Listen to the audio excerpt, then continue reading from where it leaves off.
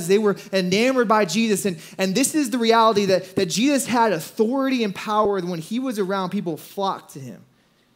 But Jesus just says, what are you arguing with them about? He doesn't even notice the crowds. Jesus, something you notice about Jesus, he was never enamored with crowds. He never counted how many people were around him. He was never worried about how many followers he had. He wasn't worried about when people unfollowed him. Be honest. How many of you have ever downloaded an app where you look for your unfollows? None of you? Okay, a couple of you have. I know you have. He also never bought followers. Anybody want to admit that you have bought followers before? Oh, I see you, bro. I see you. Yeah, Jesus, he was not concerned with how many followers he had, with how many people were with him. He was not concerned with the people who were just there to be fans of him. And so he kind of just doesn't care that they're all around him. And he just asked them, what are you arguing about?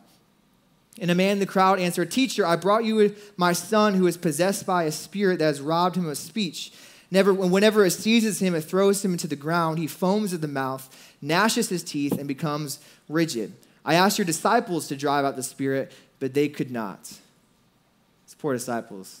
They got called out in front of Jesus. Feeling pretty dumb right now. See, at this point, the disciples had already Jesus had given them power to go out and to drive out demons and to heal people. And so they were probably coming back feeling pretty good about themselves. Like, okay, bring this kid to us. We can take care of this. Like, we've done this before. And they try, and they can't make it happen. And so Jesus says this, he says, you unbelieving generation, how long shall I stay with you? How long shall I put up with you? Dang. It's pretty intense. He says, bring the boy to me. And so they brought him to them. And when the spirit saw Jesus, immediately threw the boy into a convulsion. He fell to the ground and rolled around, foaming at the mouth. And Jesus asked the boy's father, how long has he been like this? From childhood, he answered. It has often thrown him to fire or water to kill him. But if you can do anything, take pity on us and help us. Here's his father.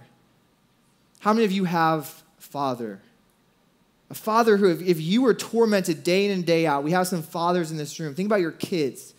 If from childbirth, over and over, this demon had been in your child and had tried to kill your child. He's at this place where he is desperate for help, desperate for change. He had probably seen time and time again, he had seen the disciples just now fail to get this demon out. He probably tried other things to get this demon out. But again and again, his son is still in this state, and he is desperate to see something change. And Jesus is this last-ditch effort to get rid of this demon. He says, if you can do anything. If you can, said Jesus, everything is possible for the one who believes. Let's say that together. Everything is possible for the one who believes. And immediately the boy's father exclaimed, this might be one of the best admissions or best senses of anybody speaking to Jesus in all of the Bible. It says, I do believe, but help me overcome my unbelief. When Jesus saw that the crowd was running to the scene, he rebuked the impure spirit. You deaf and mute spirit, I command you, come out of him and never enter him again. And the spirit shrieked, convulsed him violently, and came out. And the boy looked so much like a corpse that many said, he's dead. But Jesus took him by the hand and lifted him to his feet, and he stood up. And after Jesus had gone indoors, his disciples asked him privately, why couldn't we drive it out? And he replied, this kind can only come out by prayer. Would you guys pray with me as we dive into this? God, thank you so much for tonight. Thank you for the opportunity to be here, to be in your word. Lord, I pray that as we look to what it means to have faith, to trust you, to believe, Lord, I pray that you would open our hearts, you would challenge us. Would your spirit speak through me right now? Would you be glorified through this time? It's the name of Jesus. Everybody said, amen. All right, I want you to discuss amongst yourselves what in your life is impossible that you wish was possible. Like for me, I would love to win the jackpot, but is it possible? Well, it is possible, but it's very unlikely. All right, so I want you to discuss to yourselves what's something that's impossible or very, very unlikely that you wish was possible. That is impossible. Keep dreaming, girl.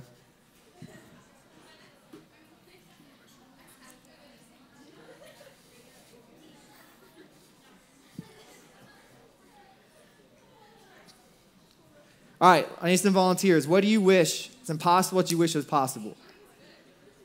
Maddie, you had one? Jenna called you out.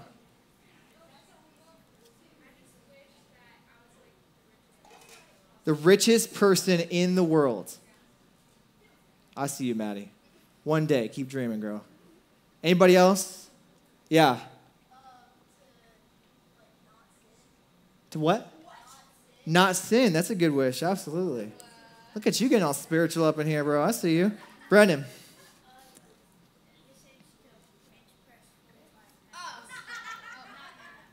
Wait, to bench press 45 pounds?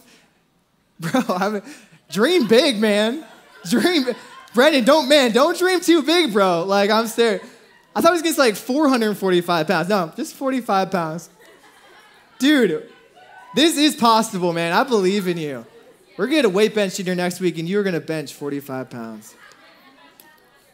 Yeah, I bench 20, so I'll get there. I'll do it with you. Anybody else?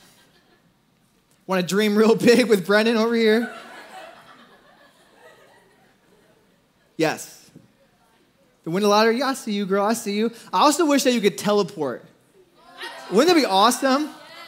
You could be like, oh, I just want to go home, and you're home. Or even more specifically, I want to be in my couch. Or you could be sitting in the living room like bed, and you're in your bed. Oh my gosh, that's great. That would be awesome. Or you're like Hawaii with Justin Bieber, and you're there, and he's there, and you get married on the beach, and it's an amazing experience.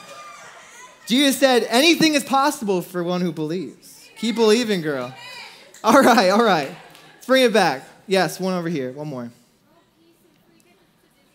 World peace and free tickets to Disney World.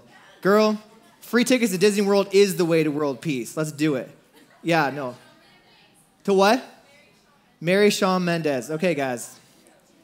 Y'all need to chill out with your marrying thing here. Just date Jesus, okay? That's all you need. All right?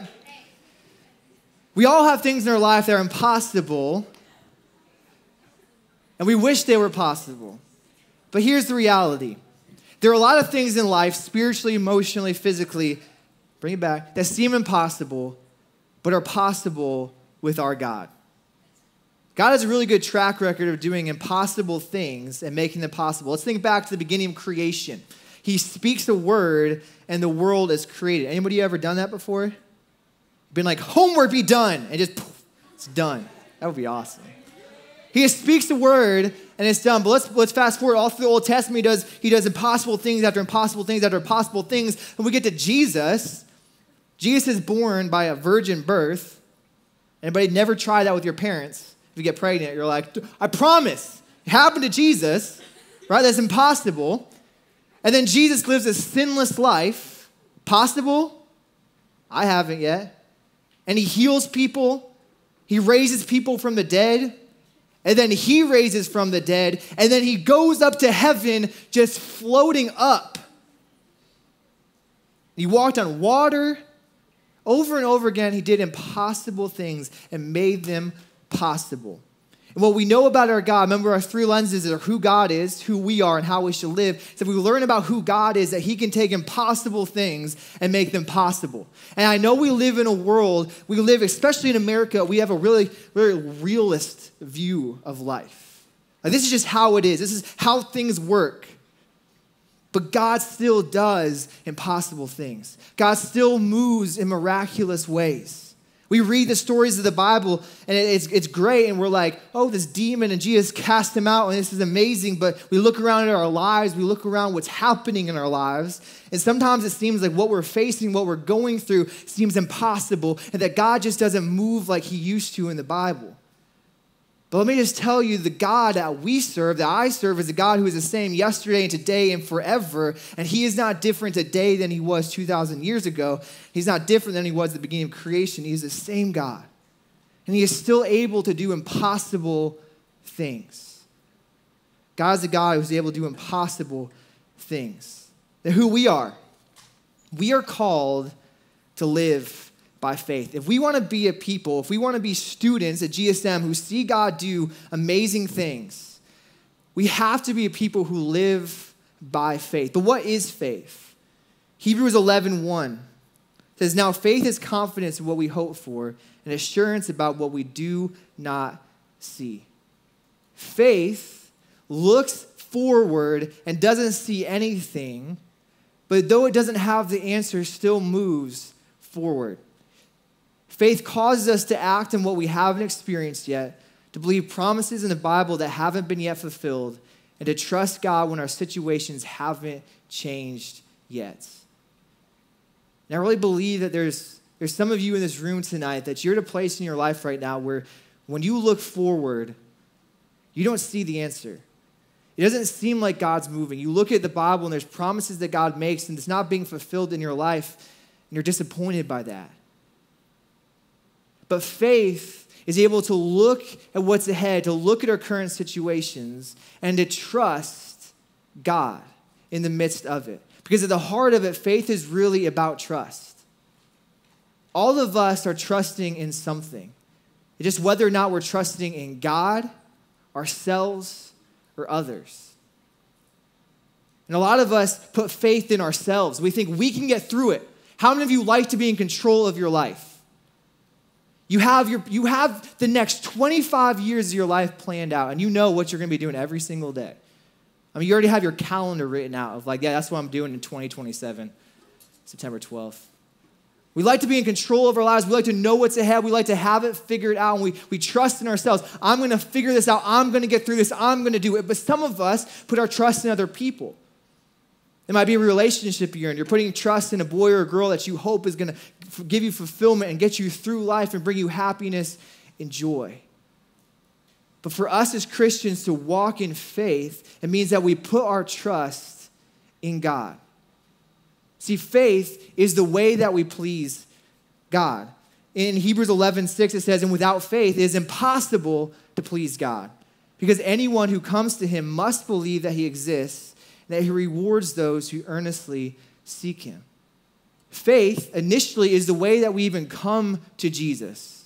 Like there was some point in your life, if you are a Christian, or I hope you come to this place if you have never accepted Christ, where you heard your whole life, or maybe someone told you that there was sin that entered the world with Adam and Eve. And then God made a promise that one day he would send a Savior, and then Jesus came and he lived a perfect life. And then he died on the cross, and then he conquered death. And because he rose from the dead, now you can have spiritual life, and you'll live forever in heaven. And I was sitting down at lunch with somebody a couple months ago, and I was just talking through the entire story of the gospel, and I was like, this sounds insane. It sounds crazy. Because there is some point where we have to step out in faith to say, I don't understand how this works completely, but I trust God. And so initially for us to become Christians, we have to take this step of faith into the unknown, into what doesn't make sense. But then past that, our entire life as Christians is stepping out in faith. What we don't see, and we step out, and then there's more, and we step out in faith, and we step out in faith. That's what it means to be a disciple, like we talked about last week. It's walking in faith where we surrender our control. We lay down our ability to control our future, and we trust God. That I don't see the outcome. I don't see what's ahead, but I trust you, God. I have hope and I have assurance that you are a good Father and you love me, and I will follow you wherever you go, wherever you lead. It's interesting, if you look through the Gospels over and over again, Jesus commended people for their faith, and what he reprimanded people for was their lack of faith. A couple of times where he heals people, it says, be of good cheer, daughter, your faith has made you well. And the woman was made well from that hour. Another time in Matthew 9:28-30, Jesus said to them, do you believe that I am able to do this? They said to him, yes, Lord. Then he touched their eyes, saying, according to your faith, let it be. And their eyes were open. Another one, in Luke 17:18-19, it says, were there not any found who returned to give glory to God except this foreigner? And he said to him, arise, go your way, your faith has made you well.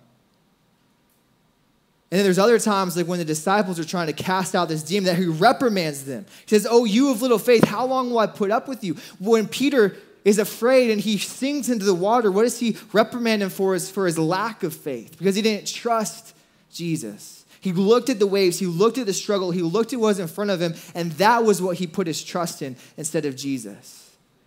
And so the way that we follow Jesus, the way that we please God, is by walking in faith when we don't understand, because we don't put our trust in ourselves or others, but we put our trust in God. And how do we live this out? Number one, we have to admit our lack of faith. I love that the Father is so honest. Think about it. He's probably so tired at this point because he has tried over and over again. He's in this realist position because he's seen that no matter what he's tried, this demon does not leave his son. And he's honest with Jesus and he says, I believe, but help me with my unbelief. He doesn't try to fake it like he has it all together. He admits, there's a part of me that doesn't believe, but I need your help with that. So it starts with an admission of our lack of faith. And I think for some of you in this room, you're at a place tonight where you don't really trust God right now. With what you see in front of you, what you're facing in life right now, you look at the situation and you don't see a way out of it.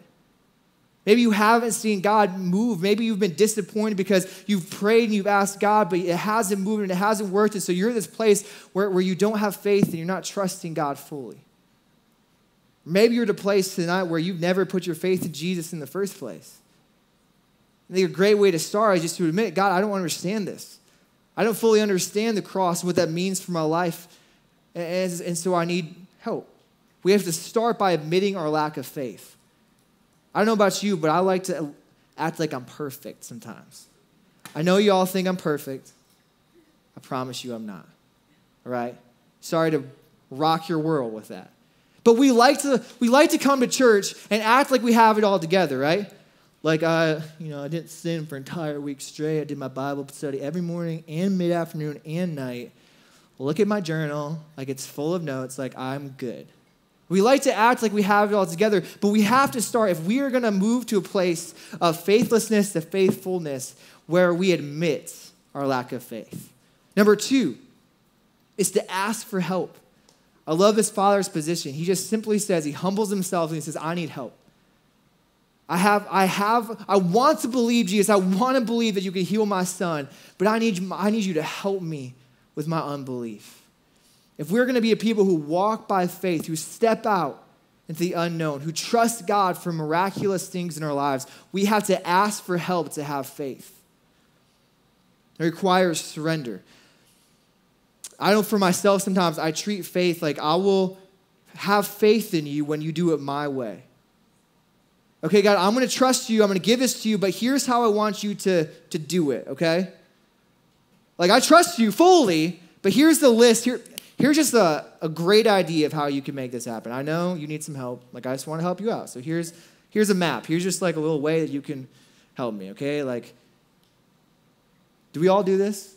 Is it just me? We come to God and we're like, I surrender. And then we come to him with hoping that he'll do it the way we want to do it. But the reality of faith is that we surrender fully, give up our expectations of how God will and can do something, and then trust him. That he is a good father, that he loves us. And though we may not see the outcome yet, he goes before us. He is the one who's already in the future. He is the one who created you and called you. And he has a hope and a future for you. So we had to lay our expectations. We had to surrender ourselves before the Lord, surrender our way of doing it and say, I need your help. I need your help to have faith. And I know that some of you have been disappointed by God. Or you feel disappointed. Because maybe you have trusted God and you haven't seen him come through the way that you wish you would or thought he should. And I know it's a hard place to be. When I look at my life, my parents, I grew up in a really great home. But when I was 13, I found out my parents had a lot of marital problems. And if it was up to me, what would I do? I would fix my family. My parents got a divorce. And in the moment, the temptation for me was to look at God and say, you're not good. You didn't fix my parents' marriage. Why should I even trust you and believe in you? I'm just going to try to do this by myself. I'm going to try to do it my own way. There was a moment I remember laying in bed where it's like, I know the right people. I could go live the life the way I want to because obviously God isn't doing it the right way. But I remember this very clear moment where God was like, that's going to lead to death. But if you choose to trust me, I'll take you further than you could ever thought you could go. And I'll do more with the situation than you ever thought possible. And God, even in the midst of, he didn't heal my parents' marriage. They're still divorced. There's still problems there. But God used that to awaken my faith. That was the point where I got involved in church, where I got mentors and people poured into me, and I grew and I matured. And I can tell you, because of that, I stand here today. And if I would have done it my way and had God do it my way, I may not be here today. I may be looking at myself and be glad that it worked out the way I wished it worked out, but I wouldn't be experiencing all that I get to experience in life. Do we trust that God has a better plan for our lives than we could ever imagine? And I know at 12 or 13, it may not seem like it. What you're facing may not seem like God has a good plan for you, or he loves you, or he's a good father, but let me tell you, you have a good father. In that Romans, it says that he works all things out for the good of those who love and are called by him. All things. There's nothing that he wastes. So our faith is not trusting in an outcome. A lot of times we have faith for an outcome. We have faith that God will move in a certain way, but faith isn't about an outcome. Our faith is in a person. The faith that I trust God enough to say, no matter where I'm at, no matter what happens, no matter where I walk through or to, no matter what my life ends up looking like, I trust you. I trust your plan. And I have faith in you. And some of you have more trust and faith in the outcome than in your Father. What we're called to is to trust in God. We need to ask for help. First, we admit our lack of faith, and then we ask for help to trust him, no matter what the outcome is, that he is a good father and he works on our behalf. And then finally, we act in faith. Faith always requires action, right? Like you could say, I have a lot of faith, but if you don't move and act in that faith, you really don't have faith. For Peter to have faith, he had to actually step out of the boat and walk towards Jesus. And I believe for some of you, you've been frozen in your fear and frozen in your distrust, or you're trusting in yourself instead of trusting in God. But when he calls us and when we step out in faith, it requires action. For us to let go, to trust him. In Hebrews 11:7, it says, by faith, Noah, when warned about things not yet seen, remember, God told him there was going to be a flood, and they had never seen rain before. So he had to trust God that there was going to be a flood, and he had to build a boat for this flood that he didn't see yet. In holy fear, built an ark to save his family. And by his faith, he condemned the world and became an heir of the righteousness that is in keeping with faith. The next verse, by faith, Abraham, when called to go to a place he would later receive as inheritance, and he didn't know where he was going, obeyed and went, even though he didn't know where he was going. And it goes on and on to list people in the Bible who, when God called them, they put their faith in him, not the outcome. They didn't know what was going to happen. They didn't know what was coming, but they had faith in God, so they stepped out. So some of you, God is calling you to take a step of faith. It might be an actual movement for you who are graduating next year, in the next couple of years, to actually trust his plan for your future and to surrender that to him and say, God, I have faith, and I'm going to follow you. And I want this for my life, but I'm going to have faith that when I follow you, the outcome is so much better. Or maybe some of you are walking in fear or trying to control situations in your family. There's hurt and there's brokenness, and you want to be in control of it, but there's a step of faith you need to take to surrender God and to trust him and say, God, no matter what you have, I put my faith in you, and I'll follow you. I'm going to ask the worship team to come back up, and I want us just to practice this tonight. To first admit our lack of faith, to ask for help with faith, and to ask God what action is required of me to step out in faith. What does it look like for me to move and to trust you? I'm going to call him out because he's not here tonight. So I'm going to embarrass him not in front of his face. Will Russell, you guys know Will? Will's awesome, okay? But Will has felt that God has been calling him to minister at his school. And he doesn't know what the outcome of that is. He doesn't know what that fully looks like. But he said, God, I surrender to you and I'm going to trust you. And so recently he started a Bible study just during his lunch period at school. And he's trying to bring people together to study through Romans. He's not a minister. He hasn't gone to seminary. But he's saying, I just want to be faithful. I have this old commentary. I'm going to read it. I'm going to try to study. And I'm just going to have faith that God is going to somehow move in our school. We're going to try to minister to other students. We're going to try to minister to teachers. And I just looked at Will and I was like, dude, I'm so proud of you. Because I know that God honors faith. That when we step out, he doesn't leave us abandoned. He's not like, good luck, Will. Hope it goes well. As Will walks into this and ministers, it's going to be God who moves because he's putting his trust in God. He stepped out in faith, and he doesn't know what's next. He just stepped out to follow Jesus and follow the call of God. And there's fear in that. What are people going to think? I always thought if I was at school in a lunchroom, I would be freaked out what people thought about me. I was freaked out in my kitchen at home, okay? My siblings would think about me. So what would it be like at school? But he's saying, I don't care what people think about me. I know that God is calling me to do this, so I'm going to step out in faith. Some of you in your families, you have people who are sick that you know of. And you're in a place right now where you doubt that God could really work and move. And here's what the crazy thing about healing and healing in marriages and healing in relationships and healing in our life. Having faith is a believing God that he is able to do anything.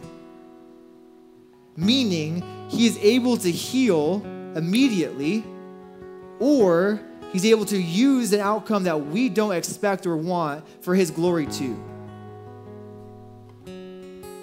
But you might be at a place right now where there's brokenness in your family, there's sickness in people you know, maybe in yourself, and you're just at this place where you lack faith, or you need help with your faith, or you need to step out and say, God, I trust you.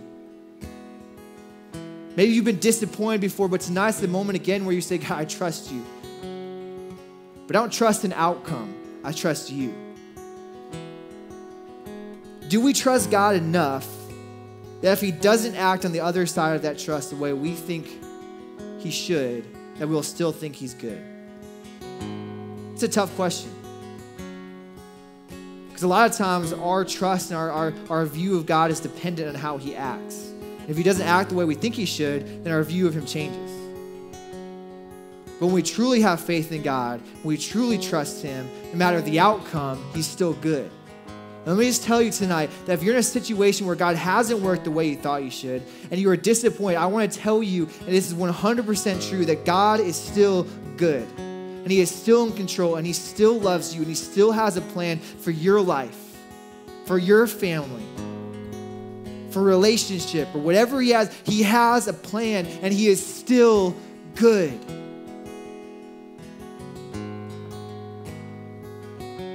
And so tonight, wherever you find yourself, if you're in that position where you just need to admit, God, I don't have faith right now. Or if you need to pray, God, I need your help with faith. Or you should ask God, what's that action I need to take to step out in faith? I want us to practice that tonight. So as they sing this song, I want you just to come forward. If you just want to humbly admit that you're in this place, and all of us could admit that. I'm at that place right now. Right now, God is doing stuff in Ashley and I's life, calling us to take some steps of faith that freak me out. And I have this hope of how God's going to work on the other side of that, but I'm learning to trust God no matter what the outcome of it. It's hard. And I need help. So now let's just come to this honest place. If you need to come up and pray, and our leaders will pray over you. If you need to sit and pray in your seat, if you just need to stand and worship and declare truth, let's do that. This is a new song. There is a line in here that says, you'll leave the 99 to come find the one, or something like that. That's referencing Jesus saying that I love my flock so much that if one wanders away, that I will go out and find them. It's not, you might think that you're the one who is far away and distant from God and who isn't see God moving. But he'll leave everything to come and find you. And so if you're willing to be honest tonight and real and vulnerable, he will show up. And so God, I just pray tonight that we would be honest. God, you know each situation in our lives that we're walking through. You know the disappointment that we faced. You know the reality of the situations we're in. But we know that with you, with the one who believes, the one who has faith, impossible things are made possible. God, I pray that we would not become people who are rigid and who are cold and turned off to the reality that you can still do miraculous things. You can heal broken things because you still move that way. God, I pray that you would open up our hearts and our minds to trust you, renewed trust in you, God. That we'd have faith that you could move You are the one who has conquered death, who has had victory over sin and the cross and the grave. And you rule victorious. And right now, tonight, you rule victorious over our lives, over the situations we face, over sickness, over relationship issues. God, you reign victorious. Lord, I pray you would step into these situations and you would do miraculous things, that you would heal broken marriages, you would heal broken relationships, you would heal broken bodies, broken hearts, broken minds, and that you would make impossible things possible. God, would it start with us coming to a place where we have faith in you? We are bold enough and humble enough to admit that our faith is weak sometimes. But God, would you come and would you help us to have faith and trust in you, and then when we step out, to trust you, not an outcome, but to trust you. And to trust that you are good no matter what the outcome. We love you. So right now, would your spirit move in a powerful, mighty way? In the name of Jesus, we pray. Amen. I'm just going to ask you all to stand and sing, but as you need, if you just come forward, really encourage you to do that. And if you need to sit down and pray, if you need to go to the back of the room, whatever you need to do tonight, this is your time.